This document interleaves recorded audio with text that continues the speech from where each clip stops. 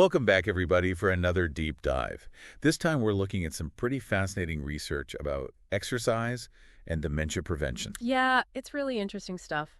There was a study published last week by Rutgers University called Groundbreaking New Research Reveals How Working Out Could Prevent Dementia. And it's gotten a lot of attention. It has, it has. I think most people listening are interested in ways to keep their minds sharp as they age. For sure. And this research suggests there might be a simple solution. Yeah, and it all has to do with how exercise can impact insulin sensitivity in the brain. Okay, so I know insulin helps regulate blood sugar, but what does that have to do with the brain? Right, well, most people think of insulin and blood sugar, but it actually plays a much bigger role than that. Oh, okay. Especially when it comes to the brain. Okay. Insulin is crucial for cognition, things like memory and learning. So it's not just about keeping our energy levels stable. No, not at all. You can almost think of insulin like a gatekeeper for brain cells. Oh. It allows glucose to enter the brain cells, and that's the brain's main source of energy. So without enough insulin, those cells can't get the fuel they need. Exactly. And they can't function properly, you know? Wow. Like, imagine trying to run your car without enough gas. Yeah, that would be a problem. So when brain cells don't have enough insulin, they struggle to form memories, learn new things, and even communicate with each other. I see. So how does this tie into dementia? Well, there are conditions like prediabetes where the body doesn't respond to insulin as well. Yeah, okay. And that can actually impair brain function. So it's almost like the brain cells are trying to run on fumes? Yeah, exactly. They're not getting the energy they need. And over time, this can increase the risk of cognitive decline and even lead to diseases like Alzheimer's. That makes sense. So I'm assuming that's where this Rutgers study comes in. Right. They were looking at how exercise impacts this whole insulin-brain connection. Exactly. They had 21 volunteers. They were all around 60 years old and had prediabetes. Okay. And they put them through a pretty intense exercise program. What did that look like? Like, how intense are we talking? It was 12 supervised sessions. Wow. Each one lasted a full hour with a mix of moderate and high-intensity activities. Okay, so they were definitely working up a sweat. Right. But how did they actually measure what was going on in their brains? Well, they focused on these things called neuronal extracellular vesicles. Neuronal what? Extracellular vesicles. They're basically tiny packages released by the brain that carry important stuff between brain cells. Like little messengers. Yeah, exactly. Okay, so what kind of messages were they carrying? Well, in this case, the researchers were looking at proteins related to insulin sensitivity. Oh. And one protein in particular stood out called ACT. It plays a big role in how the brain responds to insulin. So these vesicles are like delivery trucks, and ACT is a key part of the shipment. That's a great way to put it. What did the researchers find after the participants exercised? Did the deliveries change at all? Yeah, so this is where it gets really interesting. After exercise, the number of those vesicles carrying ACT increased significantly. Oh, wow. It was like the brain was sending out a bunch of reinforcements to improve insulin sensitivity. So exercise was, in a way, training the brain to use insulin more effectively. Yeah, exactly. That's amazing. Yeah. But how do they know that these changes in the vesicles were actually having an impact on how the brain uses insulin? Well, that's a great question. And that's what makes the study so groundbreaking. They actually found that. They found that the increase in those ACT-carrying vesicles was directly related to better glucose uptake in the brain. Oh, wow. Yeah, they used some pretty sophisticated imaging techniques to track glucose metabolism, and they saw a real boost after exercise. So they could actually see the brain becoming more efficient at using glucose, all thanks to those little ACT packages. Exactly. That's incredible. I mean, this could be huge for dementia prevention, right? Absolutely, it really could.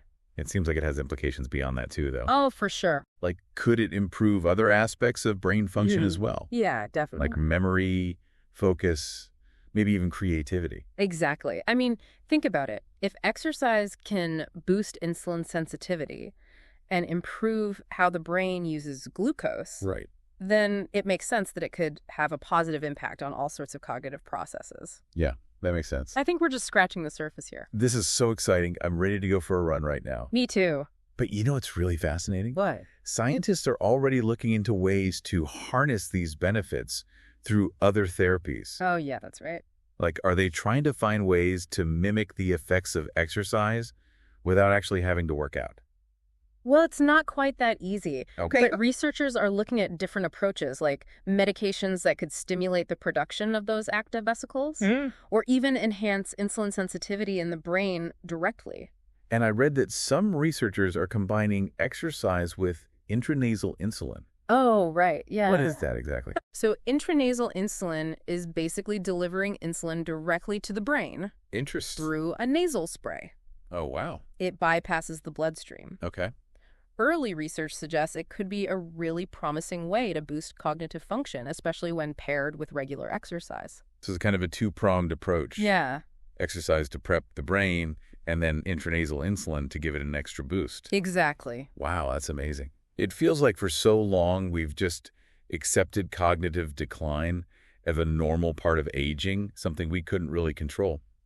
Yeah, I think a lot of people feel that way. But this research suggests we might have more power than we thought. Right, absolutely. This has been a really eye-opening deep dive. It has. Before we wrap up, I'm curious to get your take on the biggest takeaway for our listeners. That's a great question. What would you say is the most important thing for them to remember from all of this?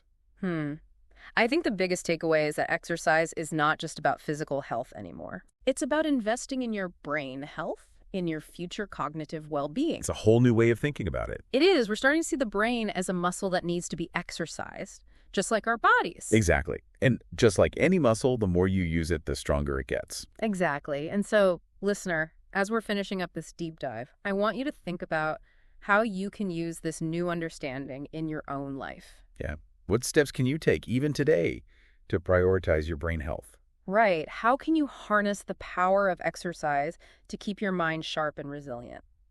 It's about making conscious choices It is. and shifting our perspective on what it means to age well. And remember, even small changes can make a big difference. Absolutely. A walk in the park, a few squats, a dance class, Right. any kind of movement counts. It doesn't have to be about becoming a marathon runner or a weightlifter. No, not at all. It's about finding ways to move your body that you enjoy and making them a part of your routine. Yeah, and you know, what really strikes me about this research is how it changes how we think about aging. Yeah.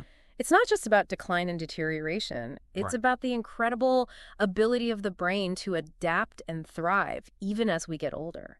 That's a much more hopeful way to look at it. It is. It's empowering. It really is. It's about embracing the idea that we can age actively, vibrantly, Right. and with a sense of purpose. It's inspiring. It is. It's about taking charge of our cognitive destinies, realizing that we have more power than we think to shape our futures.